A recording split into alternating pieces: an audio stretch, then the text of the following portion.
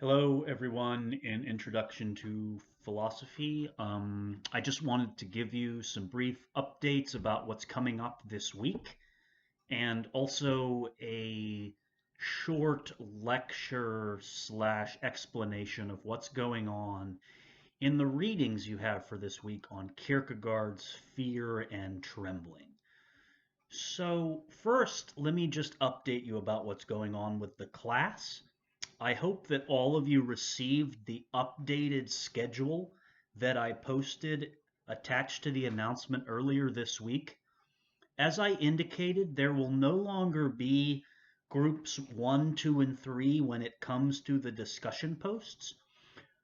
All of you will be required to participate in discussion posts for the remaining for the next 3 weeks. There will be a discussion post available for the entire week. Each of you will have to make an initial post and respond to 2 classmates. I just decided at this stage to include everyone rather than the groups, just as a way to have all of you interacting rather than only certain individuals, given the online nature of our course now. There will be a quiz this week on Kierkegaard, on last week's readings and this week's readings. Um, I will post an announcement on Tuesday that contains the topics that you should be prepared to know for the quiz. And then on Wednesday, I will make the quiz available as a Word document. You will download it, type directly into the document, and then upload it to Canvas. I will give you around 12 hours to complete the quiz, so it will be available for the entirety of the day Wednesday. And you will have to upload it by a specific time, and that will be noted with the assignment. Um, and then Friday, you have one final homework assignment due on Kierkegaard on this week's readings on Fear and Trembling, um, which is homework number 6. So hopefully that clarifies for you what's going on regarding assignments for this week. Um, Also, I have you should have received an announcement regarding your paper revisions.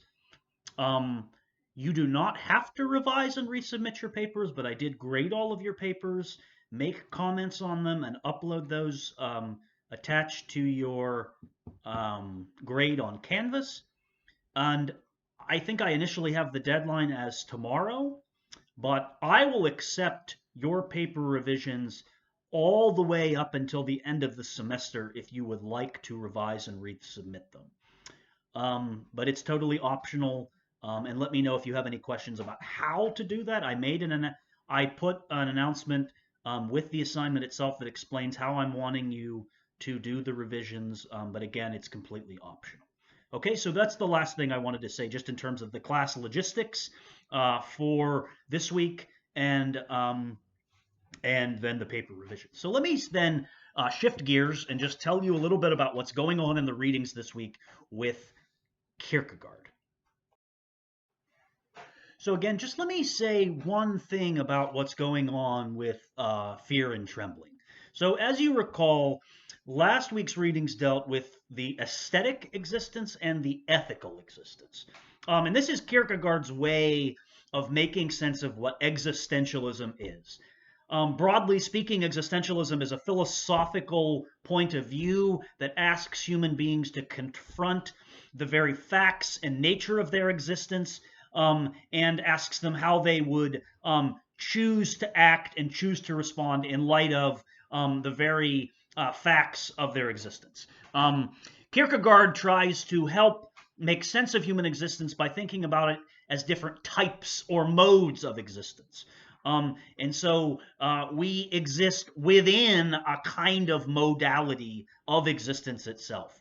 So one kind of existence is aesthetic, wherein we pursue pleasure as the primary thing that we do within that kind of existence. We pursue pleasure, and Kierkegaard tries to provide a method by which we can do so successfully, which is the method of rotation. Then Kierkegaard puts in front of you another kind of existence, the ethical existence, which is an existence marked by making choices and making commitments. The very things that the aesthetic person could not do. They could not make commitments or make choices, because to make a commitment and to make a choice is to close off a certain set of possibilities for yourself, and it's to not choose something else. And so for the aesthetic person, they always want to leave the future open and leave possibilities open for themselves. And a commitment and a choice represents the complete end of possibilities, because you are committing to something and not something else. And that is indeed the very nature of a possibility, is that it could be something that's otherwise. So the ethical person can commit and make choices, and they criticize the aesthetic person for, as you recall in the reading, for maybe deliberating about a lot of choices but never making a choice, constantly, kind of going through the motions of making, of seeming to make choices, but only ever just deliberating endlessly but never making choices. And so we have sort of two levels of existence, and for Kierkegaard, these do represent a sort of ascent. One is being characterized as better than the other. So the ethical is better than the aesthetic. And for a lot of you, the ethical might be it. You might find yourself sort of agreeing with the fact that throughout your life, what will make your life meaningful is making commitments. You will get married and get a job and have children and have meaningful relationships with those around you, and stay in contact with your friends you make in college. And all of these meaningful commitments and choices will be enough for you, and that will be enough for your life. But there may be a handful of you for which the ethical is not enough and does not represent the highest form of existence that you can achieve for your life. And for Kierkegaard, he agrees that there is another higher form of existence that Kierkegaard calls the religious existence. And in particular, the religious existence, the reason Kierkegaard insists that there is a higher form than the ethical is because the religious existence captures something about the human need to satisfy the part of ourselves that wants something infinite. That the ethical is still finite, which is to say, all of the things the ethical represents will end. They will not last forever. And so Kierkegaard thinks that there is a part of us in this life, because traditionally you might think that the way a human being achieves infinity is the fact, from a traditional religious perspective, the way that a human being achieves infinity is that when their body dies, their soul lives on in an otherworldly life in heaven or some other realm. And that is the way that a human being achieves infinity. But for Kierkegaard, that's not the point of religious existence. Religious existence is marked by a desire to satisfy the infinite in this life, now. We have this desire to want something that lasts forever. And we want to have a sense of that now. And so religious existence, living religiously here and now, can provide us with an attempt to satisfy this infinite part of ourselves. And so this is Kierkegaard's justification for arguing that there is a higher form of existence beyond the ethical, because all of the commitments within the ethical realm are still finite commitments. So then, how does Kierkegaard go about describing what the religious existence is? Well, he wrote a lot of things, but his most famous writing on the religious existence has to do, his most famous writing on the religious existence has to do with the story of Abraham and Isaac from the Bible. And he's going to use this story as a way to exemplify what the religious existence consists in. And in particular, it's important to say that one of Kierkegaard's chief goals throughout all of his writing was to try and describe what it meant to be a Christian, to live as a Christian. Not simply to have the label of being a Christian, but to have being a Christian describe a kind of existence that is marked by certain commitments and tasks that are put in front of you. It's not simply that I am a Christian is a label that can be kind of be put alongside other labels that are true about you. And so being a Christian can often be thought of as simply this kind of other thing that you do. You go to church on Sundays and you say your prayers, um, and you know the doctrines of the church, and you go through the religious sacraments like baptism and confirmation, um, etc., etc. And so in this sense, religion is a very formal sort of thing that we do, but it's not something that describes our everyday existence. Now, that may not be true for all of you, but there is a sense in which religion is very formalized through certain practices and rituals. Whereas for Kierkegaard, that isn't what it means to be a Christian. To be a Christian is to struggle with your existence. It is to bear the struggle that Christ had throughout his life. That is what it means to be a Christian. It is to fear and tremble in the face of God and his commands and things of that sort. So it's very visceral for Kierkegaard what it means to be a Christian. It's not simply some label that applies to people that go to church. That is not what it means to be a Christian. To be a Christian is an entire kind of existence. And to be religious is an entire kind of existence. And so I just want to kind of front load that before I say anything more specific about fear and trembling. Now, let's go into fear and what Kierkegaard says about fear and trembling. You're going to be reading. He's going to describe for you in the reading two kinds of nights. In the reading, he's going to describe for you a night of infinite resignation, as he refers to it, and a night of faith. And for Kierkegaard, these are sort of two more steps or modes of existence above the ethical. So the night of infinite resignation will represent another step above the ethical person. And then the night of faith will be the highest form of existence that one can achieve according to Kierkegaard. But let me say something first about what Kierkegaard describes as the night of infinite resignation. So what does it mean? Why does he call it infinite resignation? What does it mean to infinitely resign? Well, to resign yourself to something is to kind of accept your circumstances. It is to kind of resign, as we say this, we resign ourselves to the way things are. We accept things as they are, that they cannot be any other way, and that we accept them. And to do so infinitely will be the key. We are going to sort of resign ourselves to the way things are infinitely. And that is going to be the key descriptor here about what does it mean to accept the way things are and resign oneself infinitely. Now let me. So how does Kierkegaard describe this?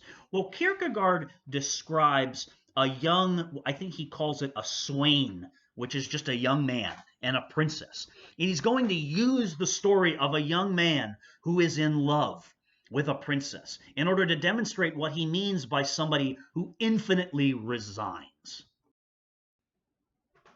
So Kierkegaard is talking about the young swain who's in love with the princess, and he's in love with her. This is the love of his life. He can't imagine himself being with anybody else. It is this person that makes him happy. But yet, for this young man, the relationship, having the girl, being in love with her, and being in the relationship is not enough. It's not enough for him because the relationship will end. The relationship is a finite commitment. It's not enough. And so to be in the relationship, to make the commitment to be with the girl is finite. It will end. It will not last forever. And so Kierkegaard says that what the young man decides to do is he breaks it off with the girl, but he continues to maintain the desire for the girl. And so this is it's a bit of a strange scenario that Kierkegaard is describing for, but this is how he's trying to get at what it means to infinitely resign. To infinitely resign means, in the case of the young man and the girl, that the young man retains the desire for the girl, but he knows he can't have her. To have her is to go backwards to the ethical, to maintain the commitment. So it's to maintain a desire for an object, but yet not have the thing, to not have it. Because to have it is to be ethical and to make a commitment. So Kierkegaard wants to say that what the young man does is he desires the girl, but doesn't have her. He maintains the desire so strongly for the thing, that he wants, but yet he won't get it or have it.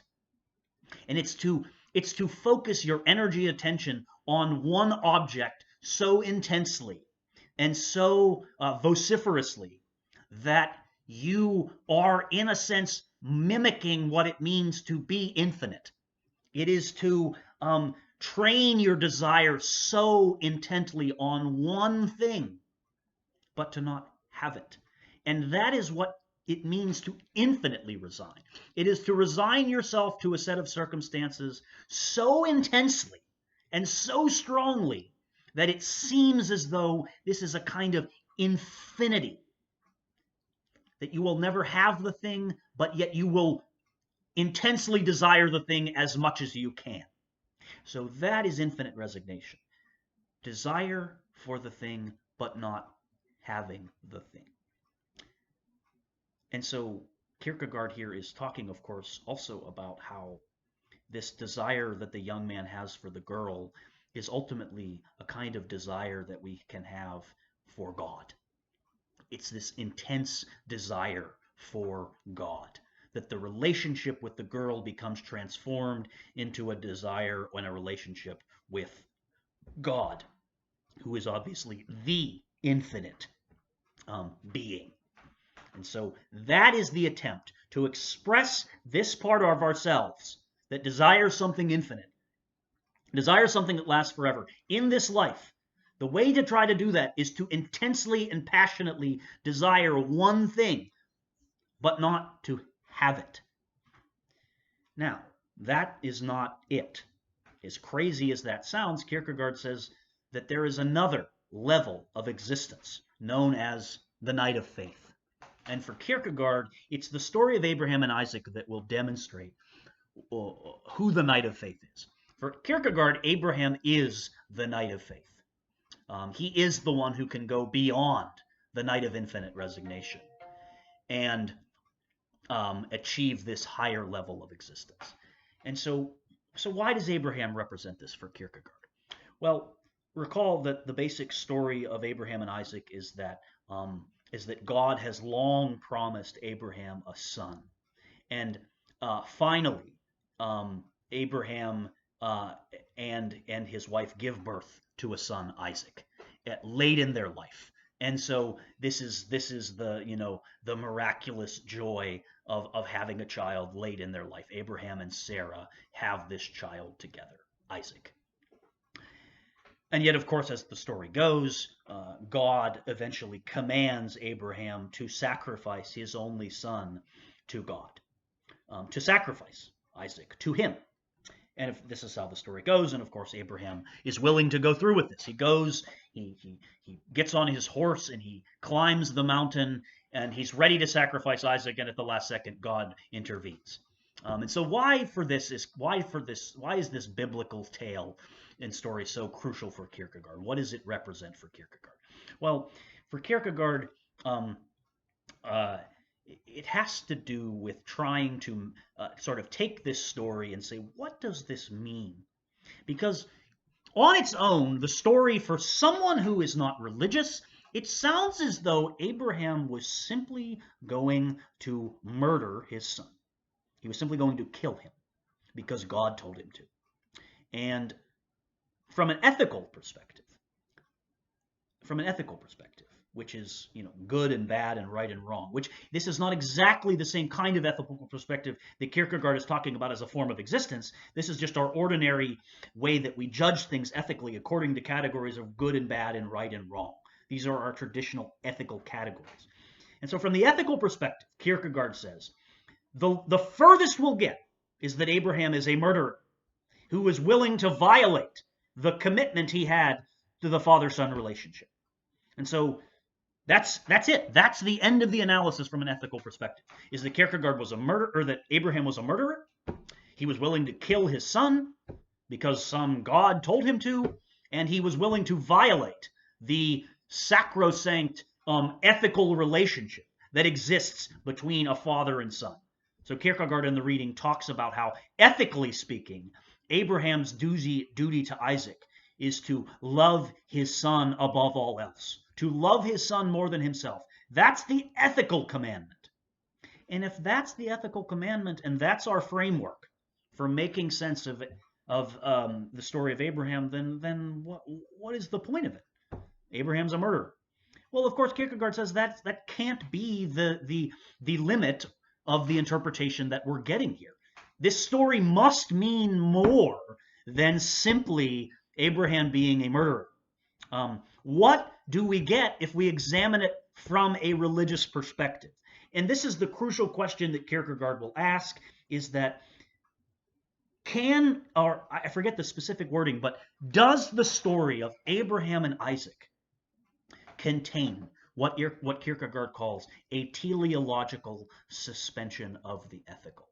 Now, what the hell does that mean? That's a lot of philosophical jargon. Well, teleological means goal-driven or purpose-driven reasoning. That when we are reasoning according to something's purpose or its highest goal.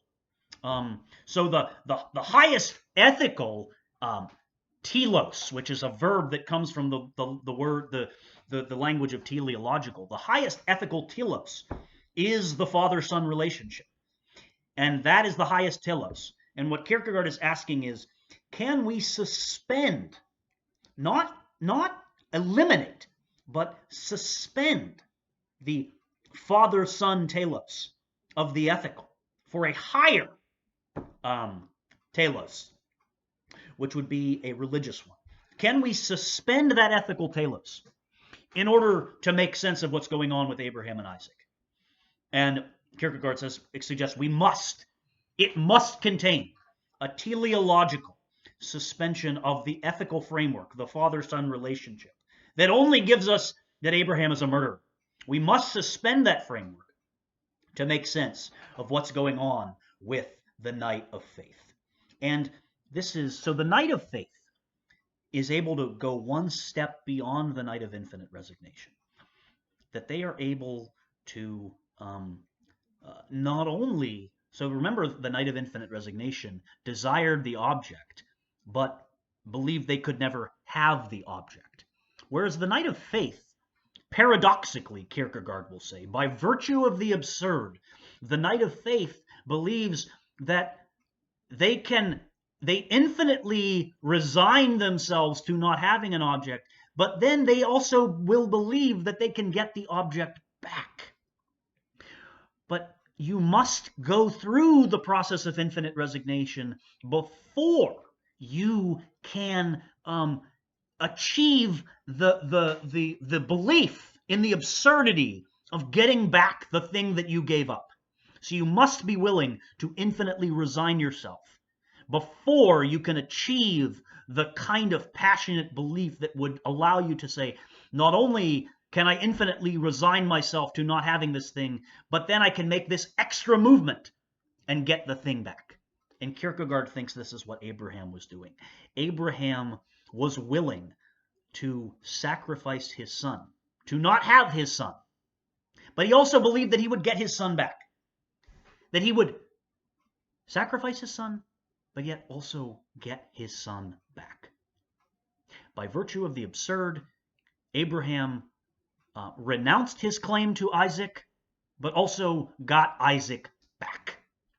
Now, Kierkegaard's honest that the category here of the paradox is something that is sort of central to religion.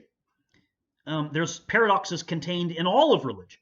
The fact that the virgin birth and Jesus rising from the dead, and all of these things are in religion. There are lots of paradoxes.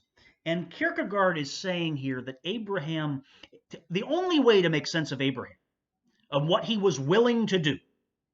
It's not that he was simply a murderer, but that Abraham was willing to sacrifice his son, but he also believed he would get his son back by virtue of the absurd. And here's the best way I can think of to make sense of. The longer I've taught that, this is how I can think about how the best to make sense of this.